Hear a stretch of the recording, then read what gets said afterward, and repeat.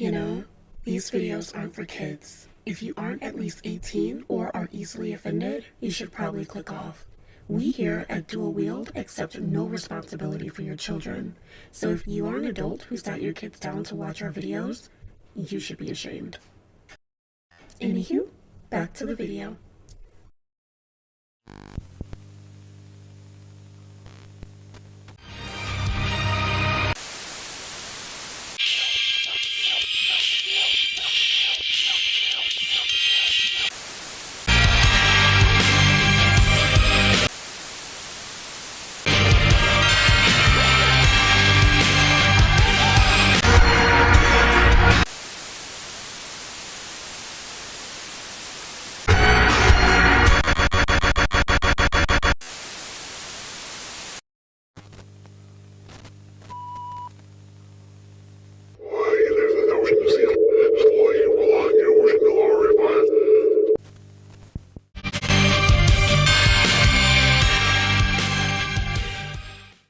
Real quick before we get started, this is going to be a shorter video of me basically just going over the hellish time it was getting the quote-unquote good ending. I'm going to go over a couple of boss fights and secrets that we missed, as well as getting into him. Okay, enjoy.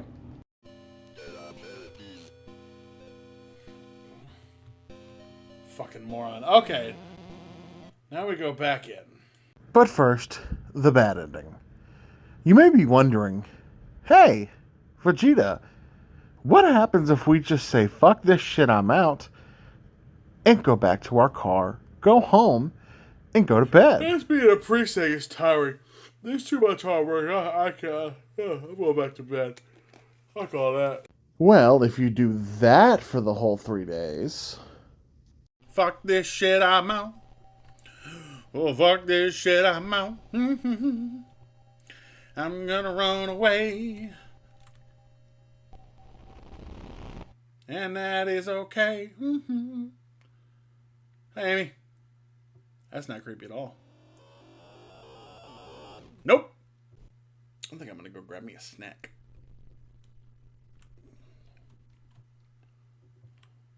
Need to check this out one last time. The key's in the basement. Who's at the door? Sure. Oh.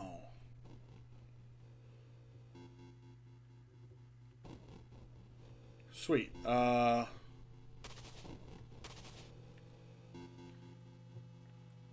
That's not good.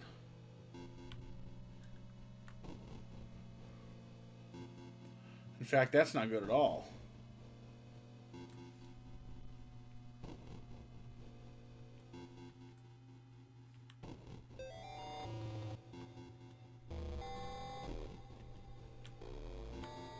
What the fuck?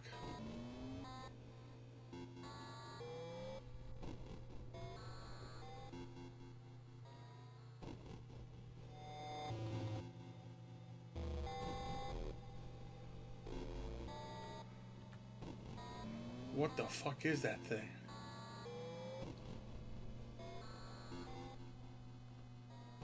Oh no.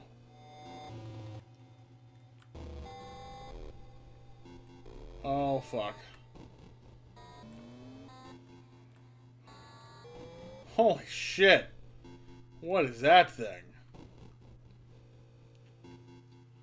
Thing is ugly as fuck.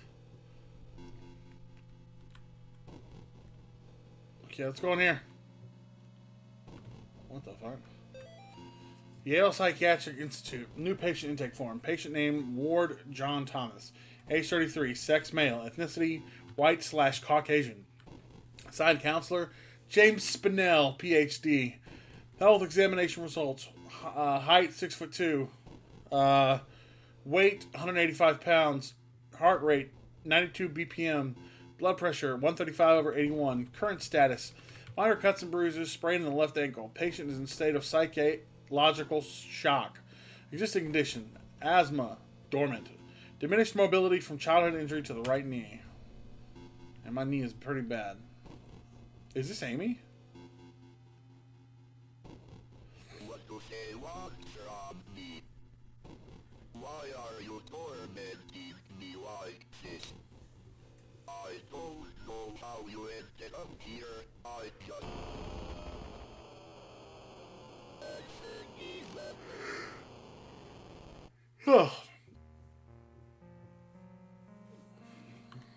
No, not chapter 1 again. The well. Well.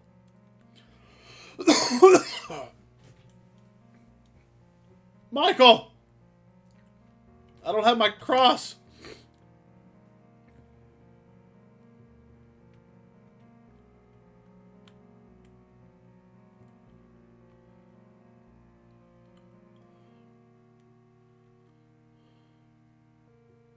Where's my gun with 1 bullet?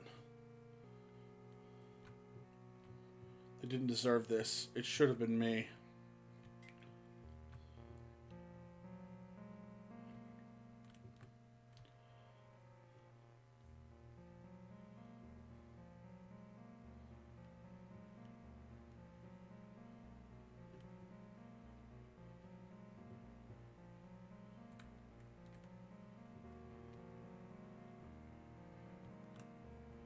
This is sad.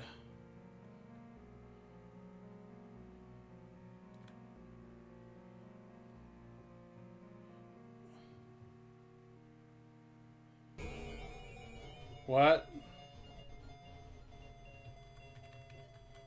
Wait, what?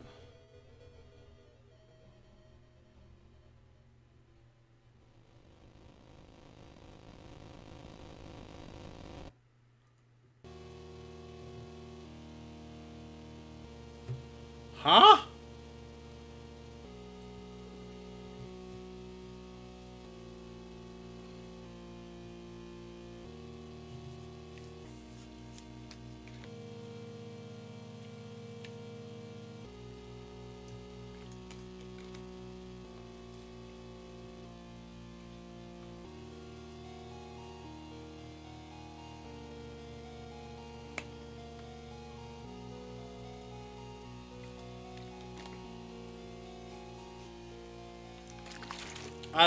I didn't get the last note.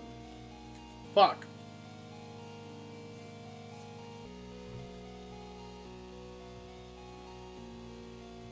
That's where giving me a choice would have been nice.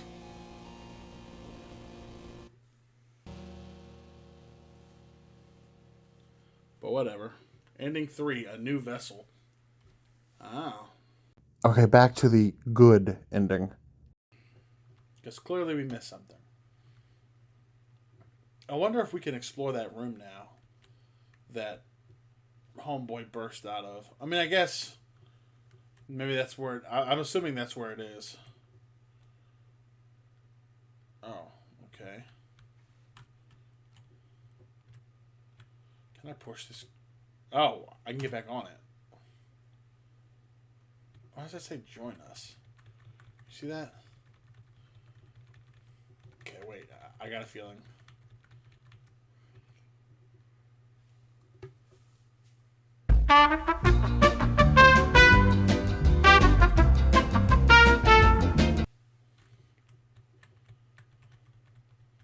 Interesting. There's apparently a bug that lets you... Can I not get off?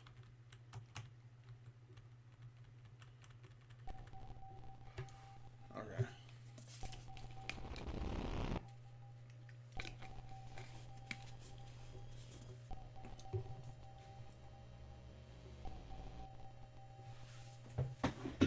Whoa.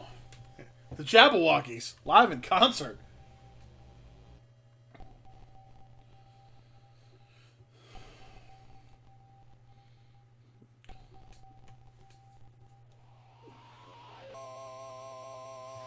Facts. Facts. That sounds like a baby crying.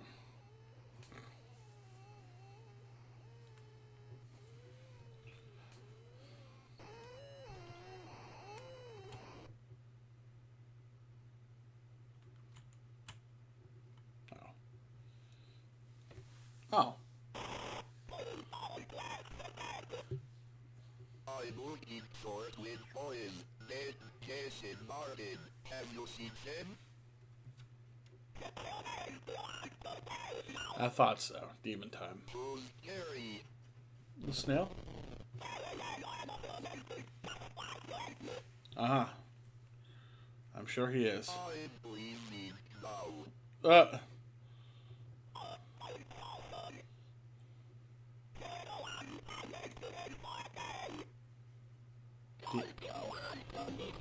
Demon babies.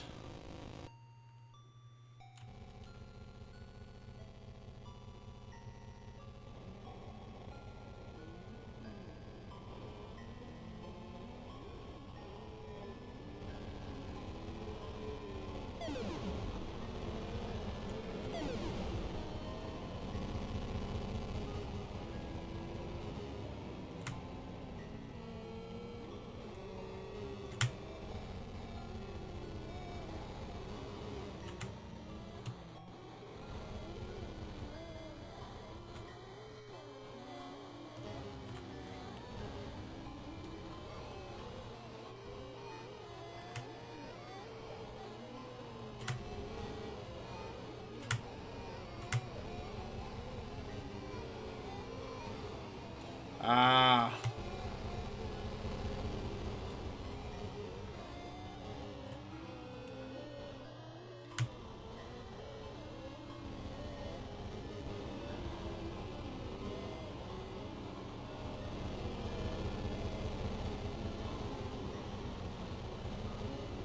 Aha.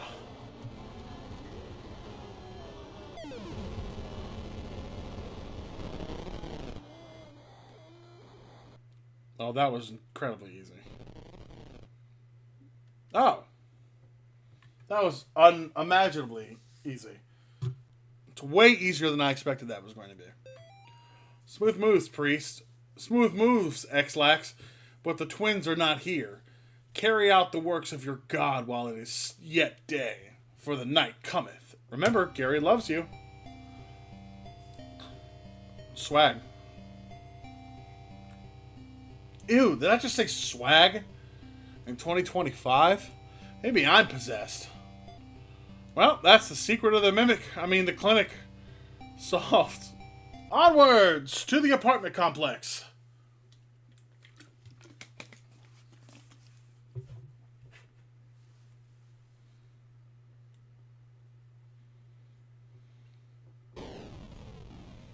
Nice. Why don't we see how that went, huh?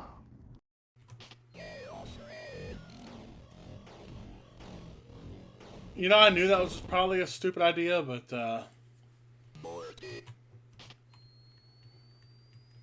did it anyway. Then I go save Lisa Simpson. Fuck off. Holy fucking hell, that boss fight can suck a dick. Fight a pissed off DVD screensaver. Why? What is that radius? That's such bullshit! Finally. Witness human trafficking. Hey, Timmy. I break the second seal. Get some exclusive flashback cutscenes that I didn't get last time, such as Amy peering out the attic window. Gary comes up to give me another hit of that good shit, and then I start fucking tripping balls. Then I fight a pissed off face and break the final seal. I have a friendly chat with Gary about shit I didn't ask about last time.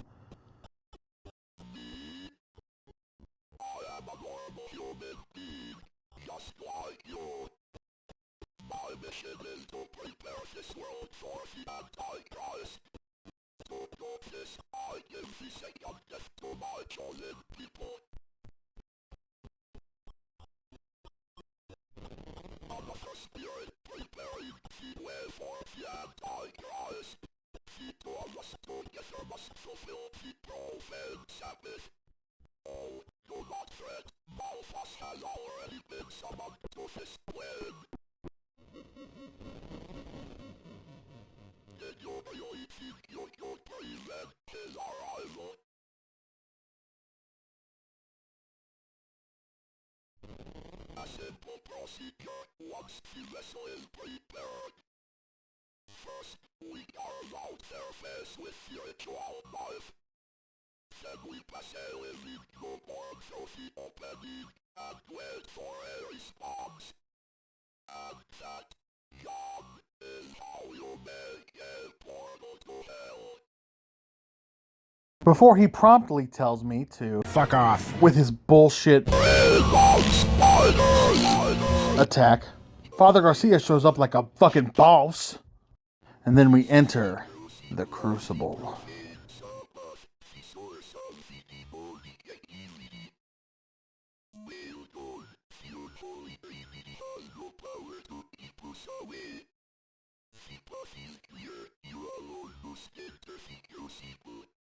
I will defend this place as best I can. Don't worry, the throes of the second death are closing in.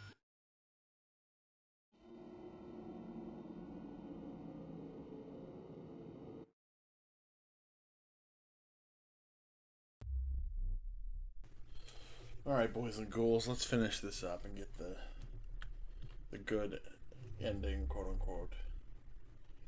Okay, so let me grab all the notes this time too. Top right, okay. March 18th, 1934. Miriam is ready. We will perform the ritual according to her instructions tonight. March 19th, 1934. We successfully gave the second death to Miriam. We have been passing living newborns through the newly made portal as quickly as we can get them. So far, there has been no response from the other side. March 23rd, 1934. After several days of sacrifices, we finally got a response. A tiny hand reached out from the portal. We took the hand and pulled out a baby boy. It appears to be a normal human baby, just like you and me. We named it Gary. Oh, so Gary is not a normal human being. Let me put on my shocked face.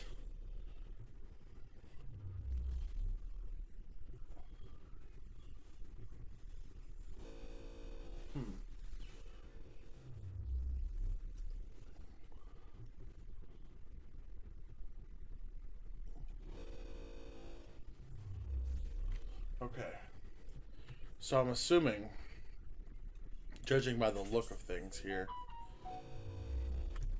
I should mute my phone. This looks like the Martin house, by the way. Just from what little bit I've seen.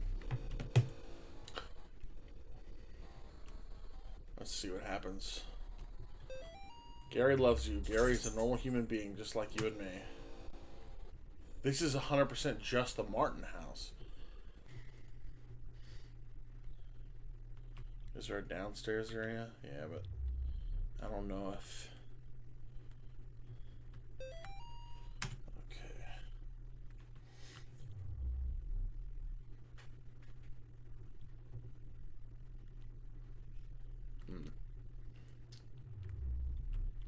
Very strange. This is definitely the Martin house. And I take it from the bad ending, this is where we went in the bad ending, or a representation of it, I guess. I'm assuming we go to the attic, right? I mean, that's...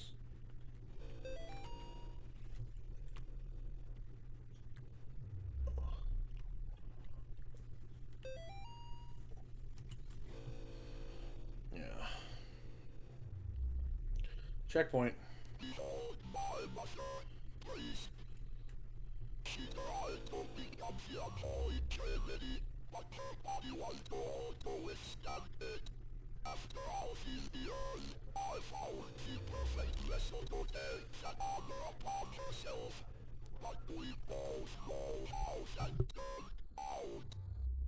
You have pursued me as far as I will go. Only one of us getting out alive. I will make you the first mortal to witness the profane Sabbath and the first to be consumed by it.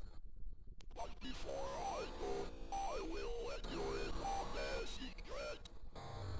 Gary does not.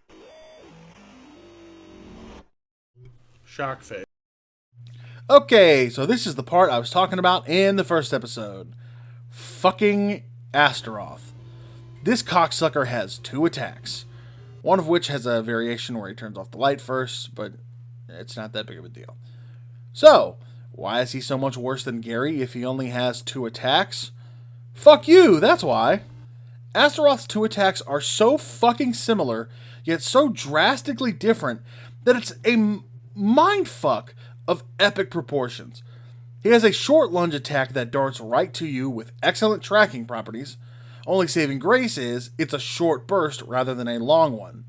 The other attack is... fucking the same goddamn thing? Only, no, it's not. It is a rushdown attack, where he ping-pongs back and forth 4 times before slowly chasing after you again. This attack may be much longer lasting, but it takes longer to charge up, has no tracking, and can't go directly north and south, only able to move slightly diagonally. Some of you may already see the major issue here, but I promise you, you don't have the full picture yet if you've never seen this fight before. The first major issue is that you can't tell which of the 2 attacks Astaroth is using until it's too late. If it's his long attack, it's usually too late for you to turn around and get some damage in, and if it's his short range, it's likely too late to get away from it, and then you're just... Mortis. The only consistent way to survive his attacks, without guessing, is to play like each lunge is his short one. And if it's not, well, tough shit. Get damage some other time. But that's just the first issue. This isn't even the main issue. After taking some damage, Malphas will show up and start firing off arrows at you from either side of the screen. These on their own are no issue to dodge. And he also does this weird fucking lunge attack where he jumps up and then lands, but it's super easy to avoid, so no big deal. These on their own are no issue to dodge. But the problem is you're also still dealing with Astaroth and trying to dodge him. So all Malphas is doing is limiting your area of movement even further. Thankfully they share health so you don't have to beat them both separately, but none of that matters when I tell you the real main reason that this boss fight is terrible. These fucking sigils. These things are barriers. Full stop. They will block your path and limit your area of movement even further, spawning in from the first phase before Malphas even shows up. Astaroth can break them by running into them, but that's the only way they'll go away. I later found out that this is not true. They go away after some time, but it takes so goddamn long that might as well not even be a thing. And they're random. Let me say that again. They are random. They spawn wherever the hell they want to.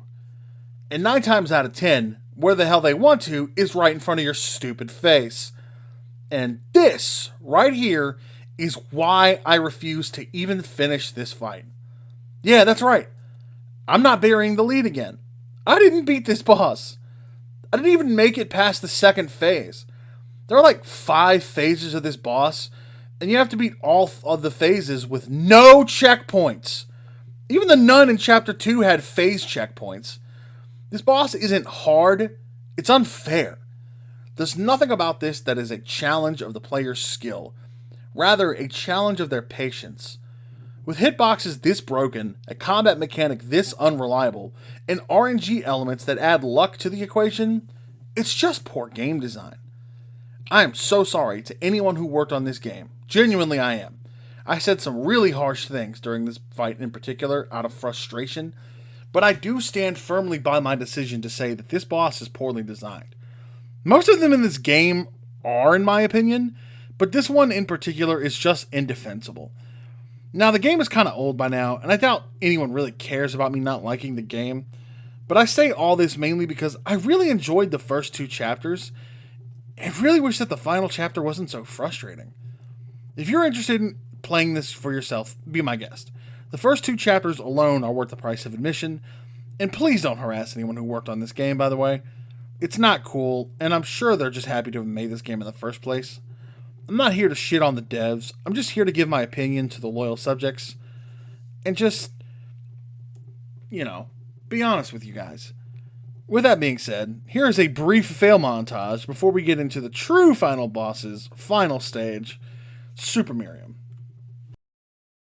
Okay, this is annoying. Okay. This is gonna aggravate the shit out of me. Ah, come on. This game has not been known for its quality boss fights. Yeah, a prime example. I'm just trapped in this corner, by the way.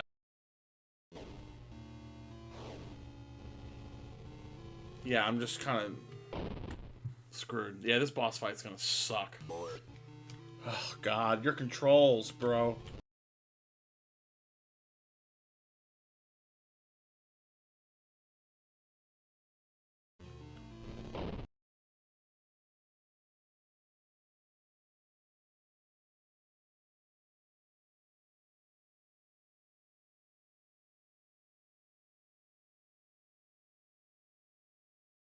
That's so garbage. Not a checkpoint in sight. I'm gonna be honest, chat, we might have to look up the ending. God damn it.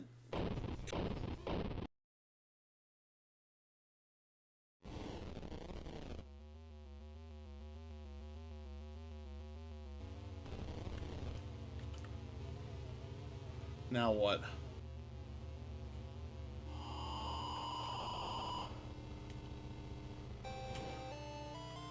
Oh, wow. Now I have two things to look out for.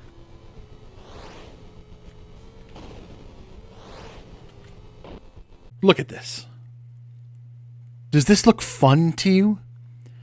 Even though these phases of the boss fight give you so much more health to keep you in the fight, it still turns the game into a glorified and pretty much literal bullet hell.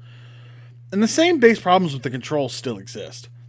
Once you do enough damage to Miriam, she'll insult the fact that you live in capitalist America and can't afford to live, let alone die. Then, do some more damage, and Astaroth and Malthus will flee from Miriam for a brief moment. This is your cue to have John do his best Jim Ross interviewing Kane impression, and run into Miriam to finish this nightmare of a boss once and for all. Amy comes down and vores Gary before forgiving John and having him finish what he started. Then you get to choose between two different endings. Running away with a Simpsons character or Dylan! You son of a bitch.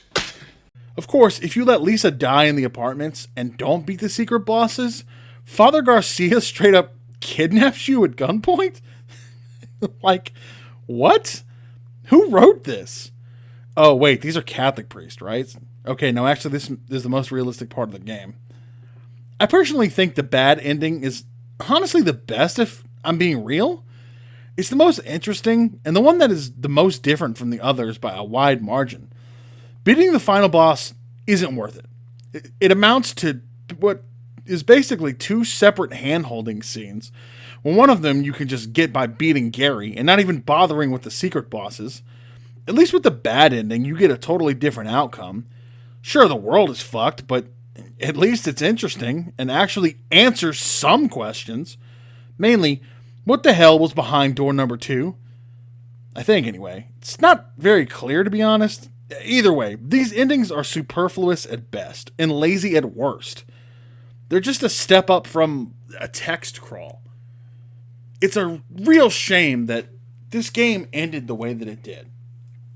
Hell, it's a real shame that this game turned out the way that it did. Faith Chapter 1, I had a shit ton of fun with. It was really good. It was a fantastic game. And set me up for an expectations of a series that just wasn't there. Faith Chapter 2 was, it was okay. It kind of had its own separate flaws, that some of which were massively increased and carried over to the next game. But still, all in all, Faith Chapter 2 was a fun enough time. I just don't know what happened with Faith Chapter 3.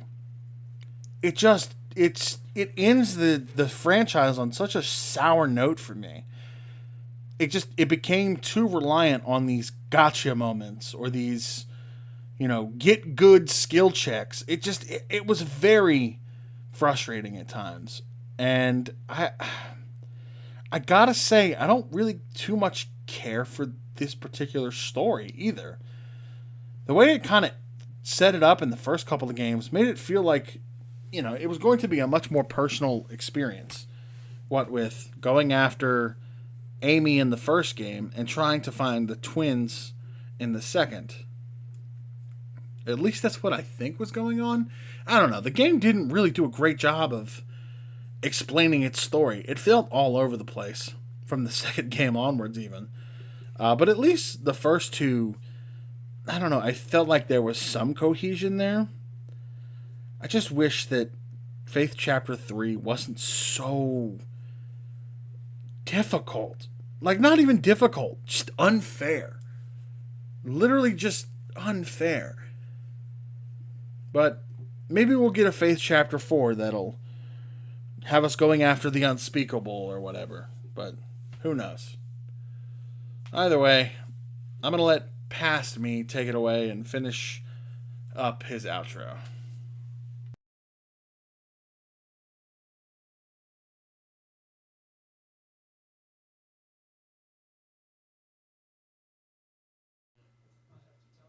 Faith 1, fantastic. Faith 2, good, a little bit long in the teeth, kind of pushing some of the shit that I don't like about Faith Chapter 3 into it, but still a solid time. Faith Chapter 3 was absolutely dog shit. Terrible. I think I'm good. I think we're going to leave this here. I don't see us pulling a Spookies situation. Yeah, guys, I gotta be 100% honest with you. Maybe I'm I'll not have getting Aphex come in and do it. 100% ending. That is just fucking absolutely Superman when it comes to video inexcusable, games. abysmal game But design. genuinely, I feel like I'm probably just gonna leave it here, guys. I don't see myself coming back to this probably ever. Other than that, though, I want to thank you all so much for coming out. Sorry we didn't get the good ending ourselves, but honestly, I wasn't doing that once, let alone doing it twice to see both different outcomes. So yeah, thank you all so much for coming out. Hope you guys enjoyed. We will see you in the next video. Stay tuned for more 31 Days of Hollywood tomorrow. And yeah, goodbye.